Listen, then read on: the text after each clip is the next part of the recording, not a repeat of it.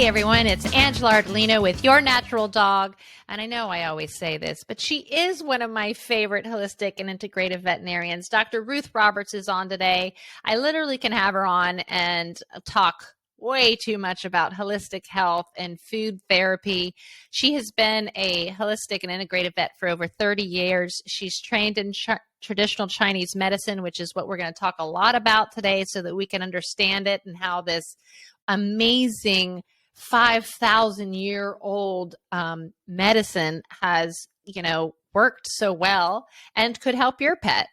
So I wanted to talk to her a little bit about that, and also how one of my favorite things about her is that she basically is a coach for pet parents. Like, she literally tries to help us and teach us how to understand and do what's best for our pets. So tune in. We're going to talk about all these fun things with Dr. Ruth Roberts coming up next. This is Blanche, and she's the most noodle-ish dog you've ever met in your entire life. She's just the most loved dog you've ever met, but if you leave her alone, it becomes a total opposite thing. Blanche has severe separation anxiety to the point where she will scratch doors down to the wood, bark all night, cry if you leave her for 5 minutes. I tried the collars, I tried the sprays, I tried thunder blankets. The only thing that's ever worked was CBD, and that's why I got started in this business. Our calm tincture is 550 milligrams of full spectrum CBD and lavender. It's the perfect remedy for separation anxiety, stress, or fear. I love my dog, and I hated knowing that she was home freaking out. So I wanted to find an all-natural way to do it, no doggy Prozac, all natural. And once I found CBD, there's no other option. CBD Dog Health, healing naturally.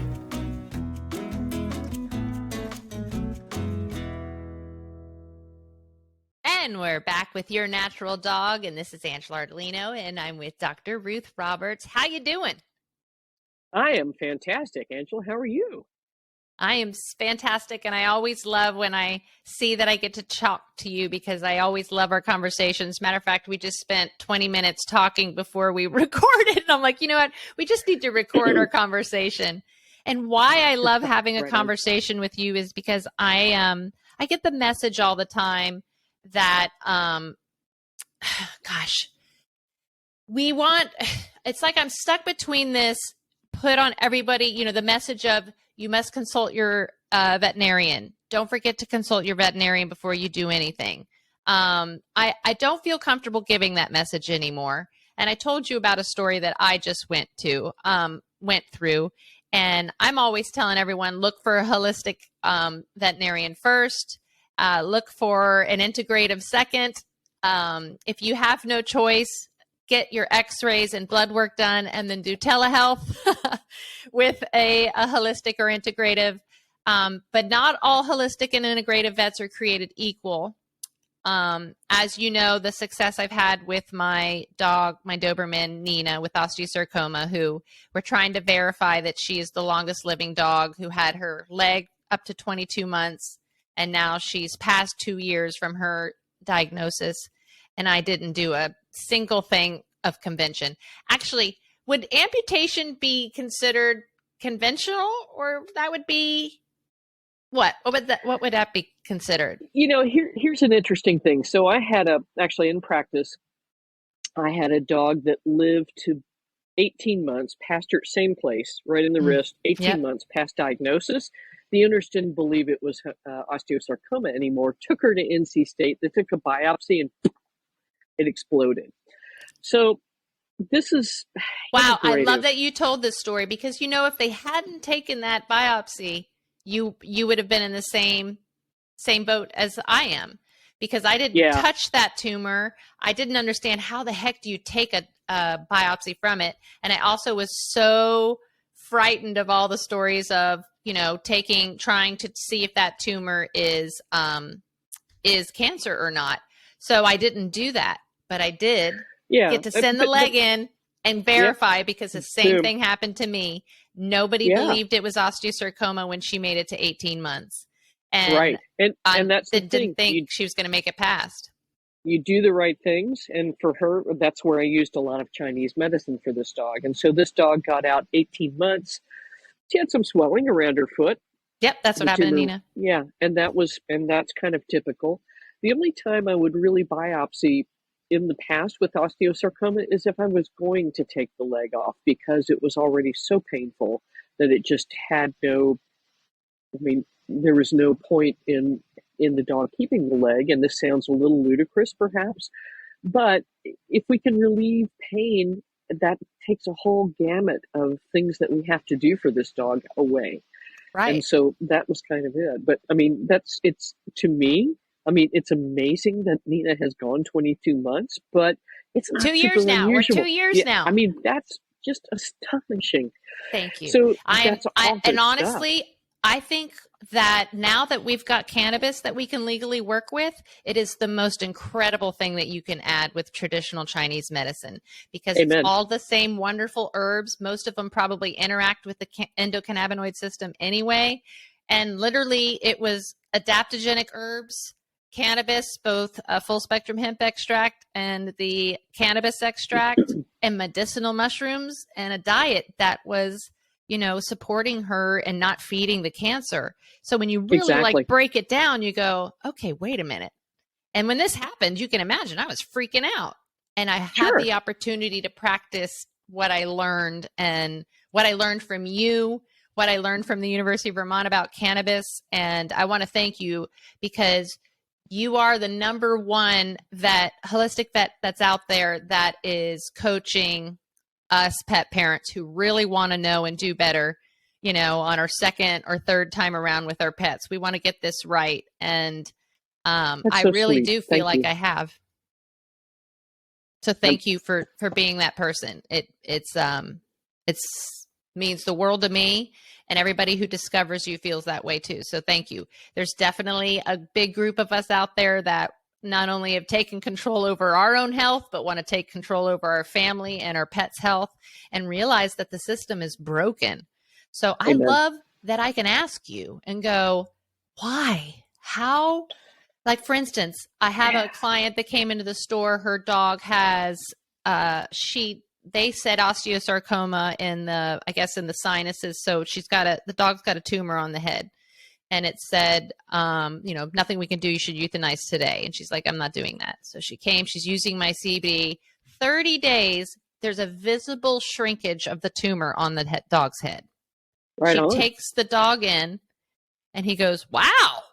And she's like, yeah. Isn't that incredible? And he's like, yeah. What'd you do? What are you doing? I'm doing a full spectrum hemp extract. Great. We'll keep on doing that. Exactly.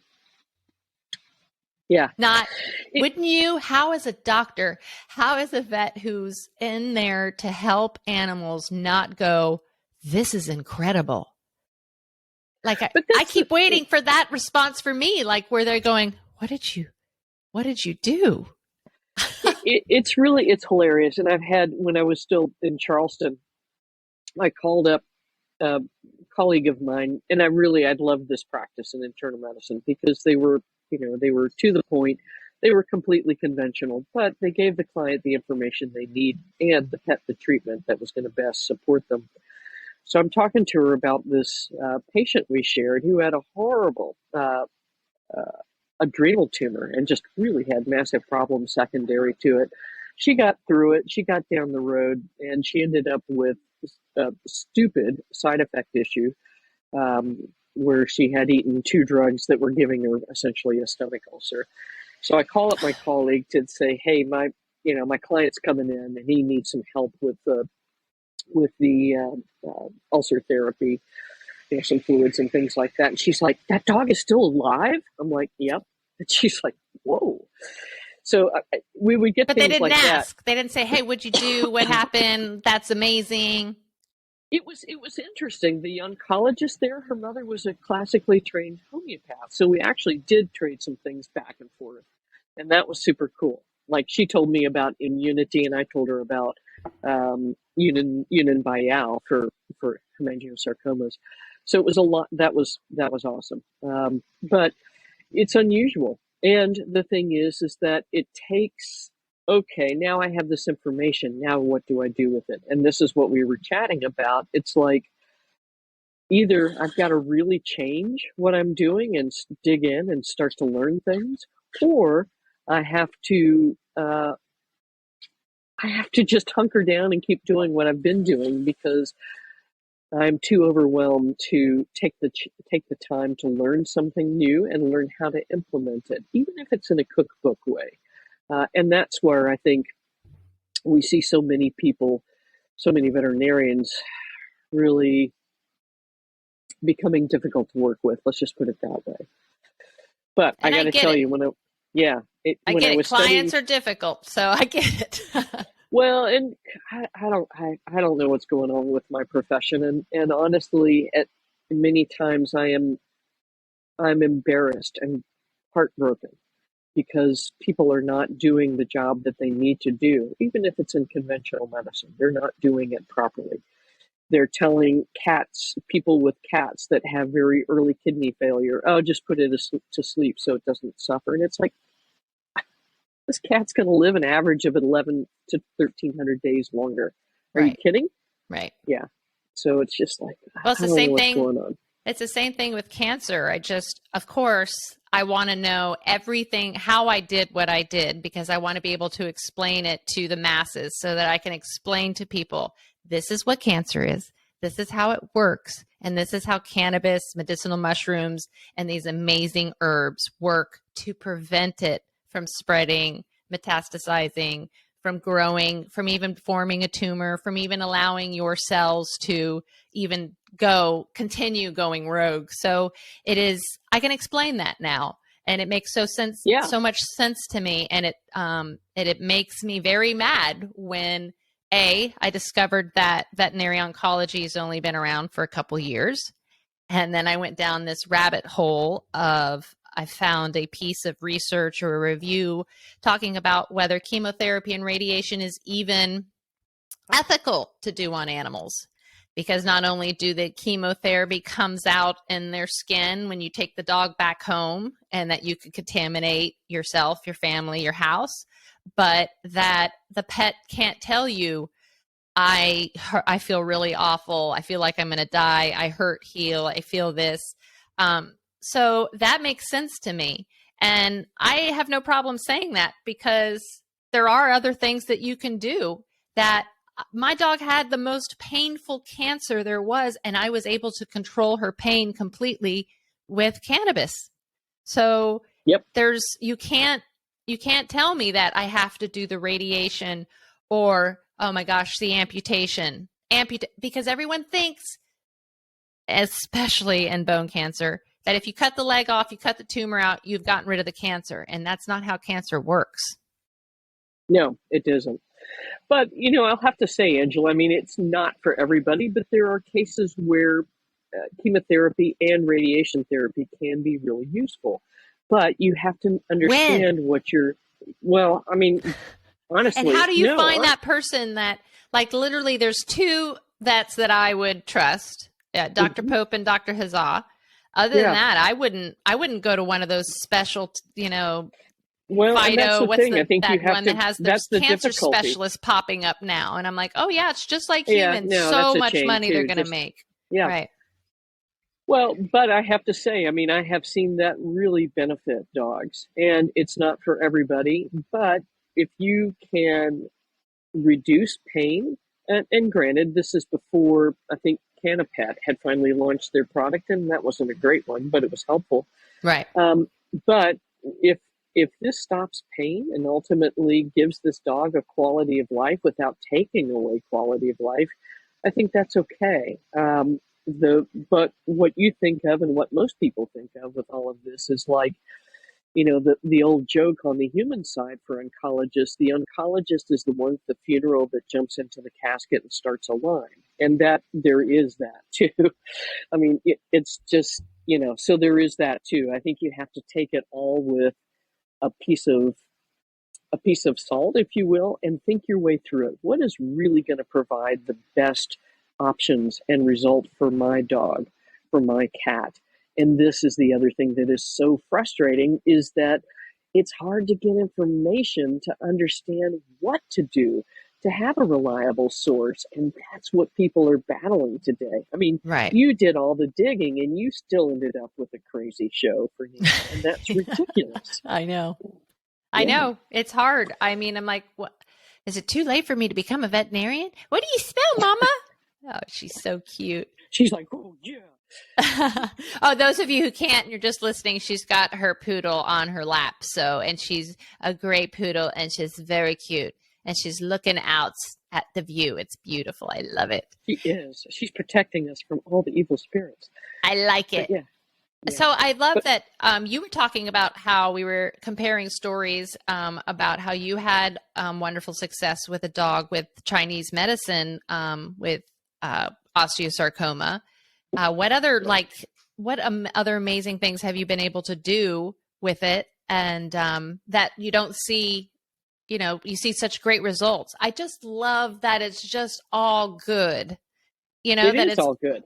And that I don't ever have any bad side effects, and I don't have to worry about them, you know, anything being harmed. So tell me like some of your best cases. So the story I do have to tell you is when I was studying Chinese medicine, they gave us samples of different herbs to take home, and everybody was freaking out in my class because they gave us hemp seeds, which is madewang, which is to help with constipation. They're like, are we going to get arrested on the plane? And it's like, dude, this is hemp, not marijuana. You're good. Right. but it was amazing. And how this started for me with Chinese medicine is I had a dog with bacterial endocarditis, and as I was studying, so literally I'm looking at a lesion on her heart valve that is this big.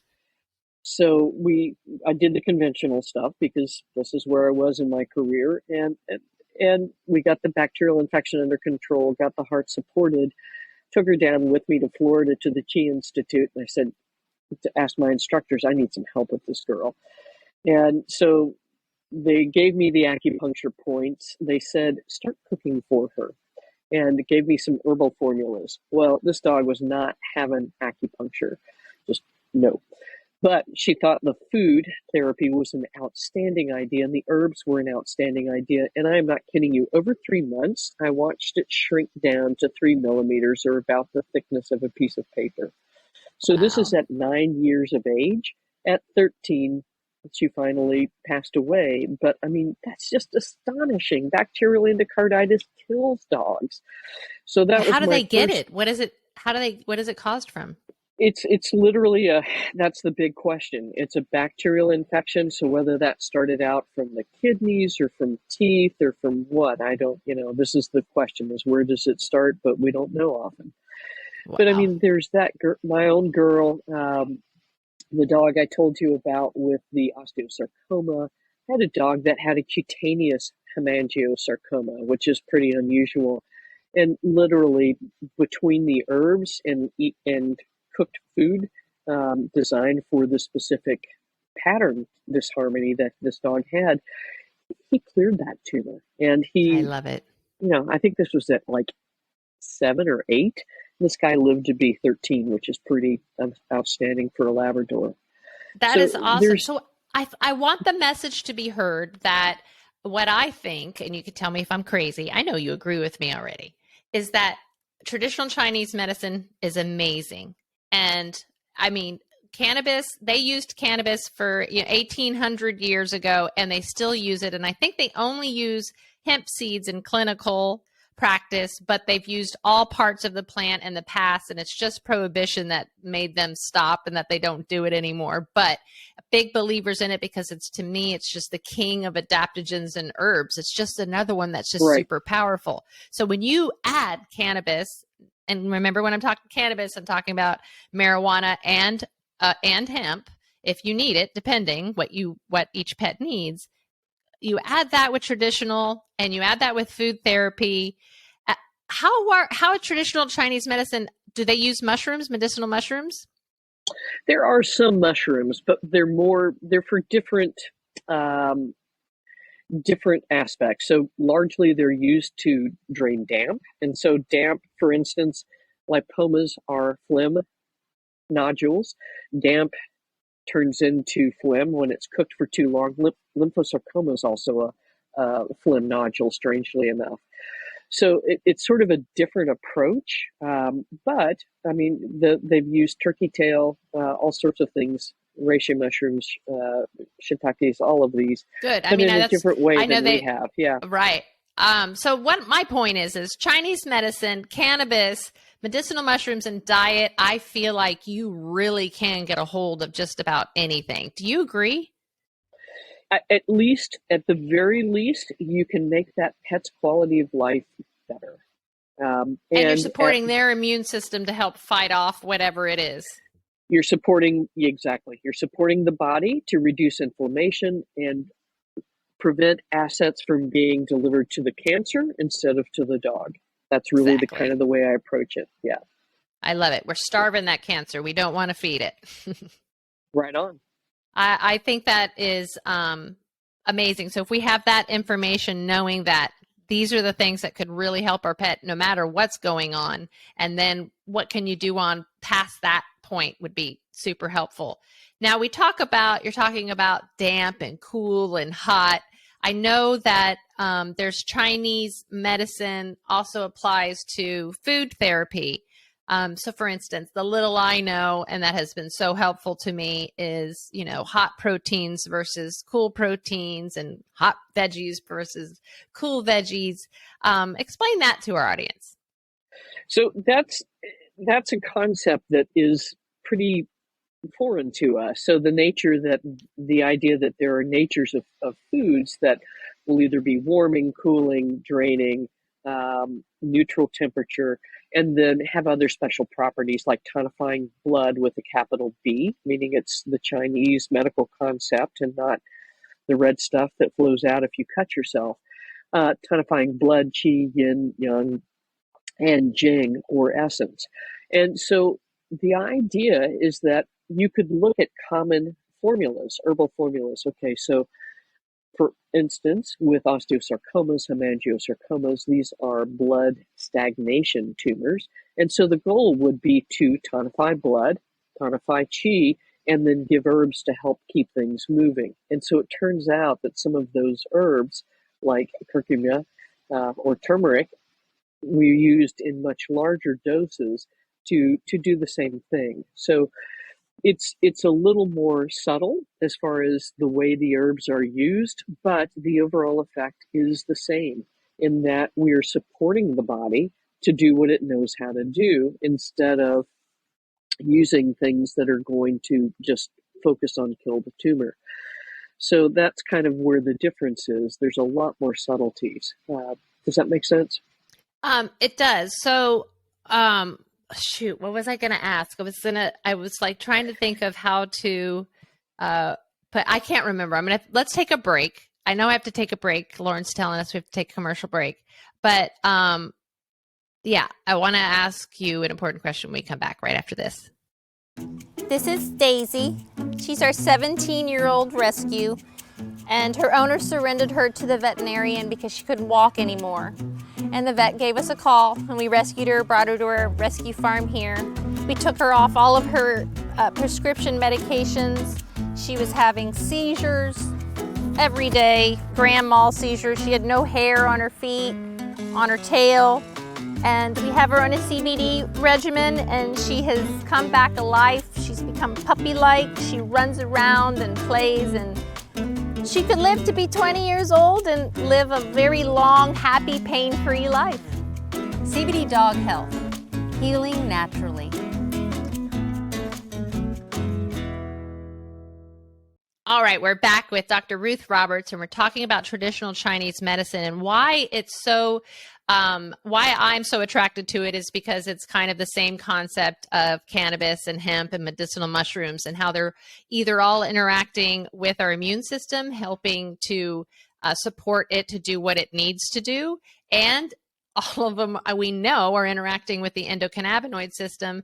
And if we're dealing with cancer, we know that they're dealing with the 12 pathways of cancer. So when you go get a chemotherapy drug, usually those drugs are dealing with one pathway to cancer. When you combine these herbs and cannabis and mushrooms, you're dealing with all 12 of them. And not only are you dealing with all 12, some of them you're up regulating them to help do something, or downgrading to make them stop doing something, or completely blocking to prevent, spread or growth? Explain that.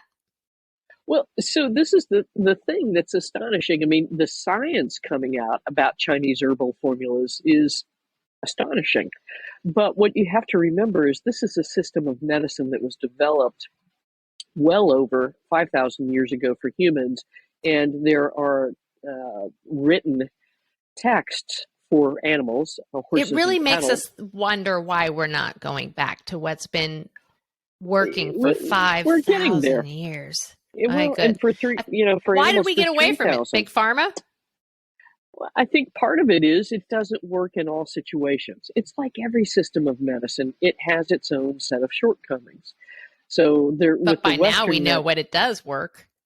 Well, we do know where it works, but it takes a great deal of skill, and so this is the problem: is that because medicine is a business, there's not access for Got it. everybody, and that's part of it. I think if you look at things like what Dr. Chris Besant has done with Herbsmith, she has some of the more common Chinese herbal formulas available over the counter because this is lots and lots, blah, blah, blah. Anyway, huge frustration out there with vets.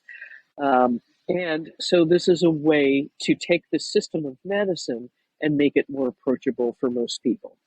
And it doesn't always work because you have to find the right patient fit. It's just as, some other holistic plan may not work. Homeopathy may not work for a particular patient. So you have to find the right fit for that person and that pet. But it was developed through a series of observations, which is why some of it sounds so crazy to us. So, for instance, there are several formulas for Shen disturbance or anxiety, and one of them is for Shen disturbance that is crazy dancing naked on the roof. So some of I want to take that one. Yeah, I want that to happen. Some of it's to stop it because I know the I don't want to Chinese, stop that. Right. Culturally they're very, very conservative, I think is a good way. So some of it is very poetic and very elegantly put, but it was developed through a series of observations. Well, what happens if we do this? And what happens if we do that? And then how can we explain what this person has? And I want to say, I'm almost saying, and I may be remembering this wrong, but I want to say that they started working with cannabis because they were observing animals eating or reacting to it and then going, there might be something to this. Am I wrong? Or am I mixing up the story? No, it's the oldest form of medication development in the world, if you will. Watching what animals do and what they choose to help support themselves. So there's so much out there. But it is, if you start reading about it, it is really like, whoa. Bro, I know. Yeah, it's something that that I love. I have so many of you. Well, I shouldn't say too many. So many. I have about 5 of you that I know that I can call and go, okay, I've got this. What Chinese herb should I pair with it? And you guys always spit out 2 or 3 that'll be a nice combo. Because, as I said a million times, when we put these amazing medicinal botanicals together, they get more powerful and more synergistic. And that's what my favorite thing is about them. Let's talk. I love talking old dogs with you, seniors and geriatrics, and I've got a bunch of them. And I know food therapy is something that you specialize in. And I have noticed with my dogs as they become seniors, my little dogs become seniors, they couldn't tolerate the raw, eating raw anymore. And then we went to like a freeze dried, and now we're to a lightly cooked. And as they get older, I find that they can't tolerate the raw anymore. And so turning to your cookbook has been the best thing, because I am cooking literally for the week, and I've got lots of dogs. So, and they're all seniors now or geriatric. And I also assume, actually, it's funny that I say that. I assume that they're going to have cancer cells in them, and that I want to make sure I keep those cancer cells behaving and not, forming a tumor and doing anything. And it's funny because my poodle is now, I think she's 9, and she's not fixed. And I was inspecting her because she's got the biggest nipples on the land. It's hilarious. I think she must have had puppies. I don't know what happened before her life before me, but I'm pretty positive she's got breast cancer, because I've seen a client that comes to our shop whose dog was diagnosed, and I've seen it, and we've been giving it Heal. Of course, the doctor said there's nothing he can do. Told her to put it down. Told him to put her down, and he's like, no, I'm not putting my dog down. She doesn't know she has cancer. She's running around she doesn't know. She's fine. Everything's good. So we started giving her the Heal and putting remedy on, and it's already shrank, and the doctor's amazed, but they still don't ask about it. So that's why I recognize it so easily on Remy, is that I'm pretty sure she's got a little tumor underneath one of her nipples. But anyway, getting off subject of that, we don't want to feed that cancer, and we also want to make sure we're feeding them appropriately, because when they can't tolerate the raw food anymore, or the freeze-dried, what's happening in them? Is it just old and they don't have what they had before?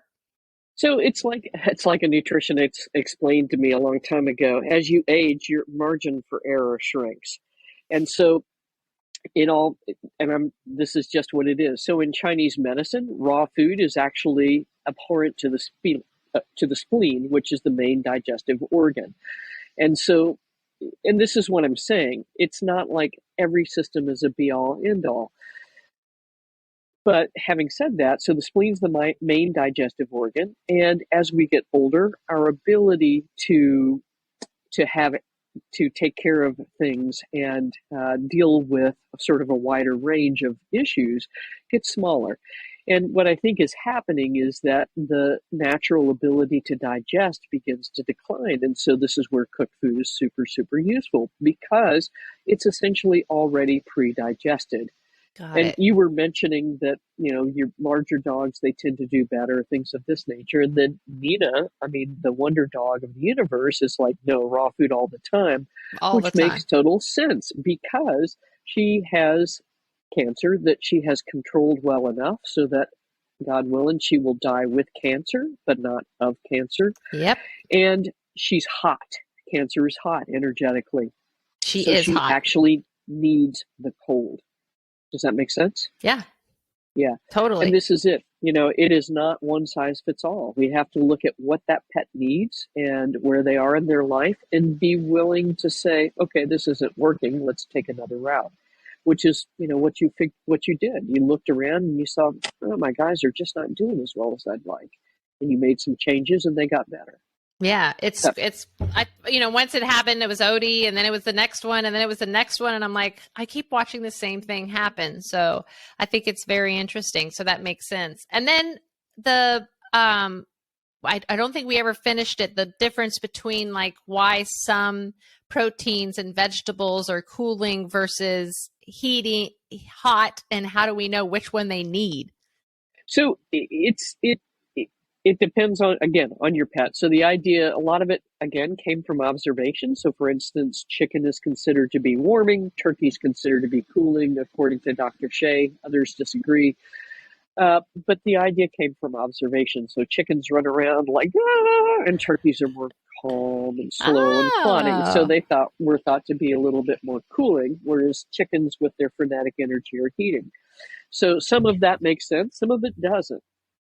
But the best way to know is to kind of think about, where do I live? What is my pet doing? So, for instance, you're in Florida, where it is damp and hot almost all the time. And so we will see dogs like Nina that's just like, this is so hot, I can't stand it. And so she needs cooling food. And there are other dogs like Hayo, who's still sitting in her jacket this morning because she needs some warming up. Right. And so we have to look at what are our pets doing, and then that helps us add more warming foods when we need it, more cooling foods when we need it. And the other thing is, too, is that I think you really have to think about food therapy as more of a long-term strategy. Like, we're not going to fix this problem in 30 days, but in 90 days, we might start to see some really amazing changes. So Yeah, it's one of the easiest thing that people can do, and this is something I do all the time when I'm at the shop, is, we see a dog with, its whole skin's all bumps, or it's got hot spots from where it's licking itself. And, you get to the point where you're just seeing certain dogs and you're like, are you feeding him chicken? Yeah. And they're like, huh? So I think one of the easiest things that people can do is, if your dog is having any type of issues, it's most likely something off in that gut, to change the protein. I think people are so scared to change it up. I literally change what my dogs were eating almost every day, and absolutely every week, just so that I can get the different nutrients from the different proteins and the different veggies. Everybody in my house is pretty much getting a cool protein, one or another. Sometimes a few will get beef, but other than that, they're all pretty much getting a cool protein and getting something different every day. Right. And again, because we're going after a long-term strategy here, this is where Chinese medicine doesn't work quite as well, because you would eat by season. And so, yeah, exactly. And that's where it gets difficult. But in terms of, if you bring functional medicine in, and think about, all right, there's this 8-year-old Labrador. Labradors tend to have arthritis issues, cancer, and, skin issues. So what can we do to help prevent some of those issues from being a problem? Hallelujah. Oh my God. So, we're talking preventative. Yeah. Are you crazy? Yeah, I love know, it. Right? But this is the goal, is that we're going to change the diet to support what the dog needs. But for instance, because that dog has skin problems and it's prone to cancer, and many of the cancers are blood stagnation or blood deficiency tumors. And by the way, so is the base of the skin problem. We're going to feed that dog some beef because it is a great blood tonic. We're also going to add some kidney beans because they are great blood tonics. And there are also kidney tonics, which control the rear end of the pet, where the majority of the arthritis is located.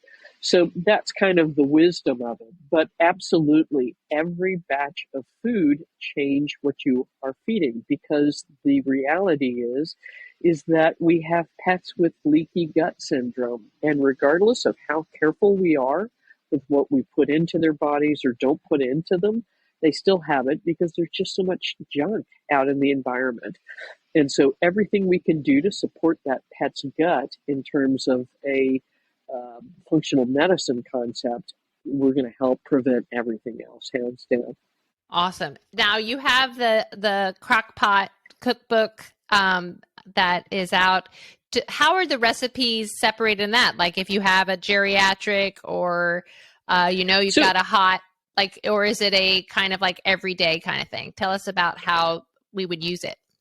So basically, the way it's set up is that I give a recipe template, and we also have some pre-designed recipes as well that are going to help support pets in general. But the idea is this: you know your pet best, and ultimately you see what happens when you feed chicken, and you see what happens when you feed beef.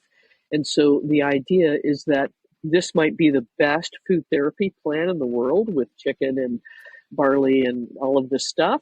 But if it makes your pet sick or it worsens the symptoms, it's not. So there's what we think is going to work, and then there's what actually does work for the pet. So that's why I think it's important to not get stuck and married to one way. Awesome. Well, those of you that are interested in the Crockpet, Dr. Ruth Roberts' Crockpet Cookbook, we will have a link in the show notes so that you can click on it and get it. And if you want, this is the most amazing part. If you like what you're hearing, you can get a consultation with Dr. Ruth Roberts. So those of you that are interested in taking more control over your pet's health, do what I do, which is I go get the blood work done and the x-rays done, and then I go send it to one of my favorite vets and go, what do you think? How am I doing? this is what they told me to do. I want to go more holistic, that type of thing. And they can actually do that with you, right? Exactly. Awesome. And, the really cool thing is that I think that people need the backup right now because the information they're getting from the vets it's not getting them there. It is. So we've got some really cool things up in the air coming up in relationship to that. But I think that is so critical. If your pet has a serious disease and you're not making any progress, get a second opinion. Absolutely. Whether it's from me, from other holistic veterinarians, it's just so critical that you have as much advice as you can get. Yep. And you guys can see on yournaturaldog.com, cbddoghealth.com, angelaardolino.com. I have the list of all of these vets on all three of those sites so that you can get a link, because you should be able to talk one-on-one with someone and get all the answers that you need and feel comfortable. You should never be bullied or pushed into anything. You should never be felt guilty about it. It's much better. We'd much rather talk to you and help you instead of you suffer or your dog suffer in silence. So we're not here to judge. We're here to help. And we know how hard and frustrating it is out there. So thank you, Dr. Roberts, for being one of our allies. You truly are, and I appreciate you so much. And thank you for taking the time to come on today. With pleasure. Thanks.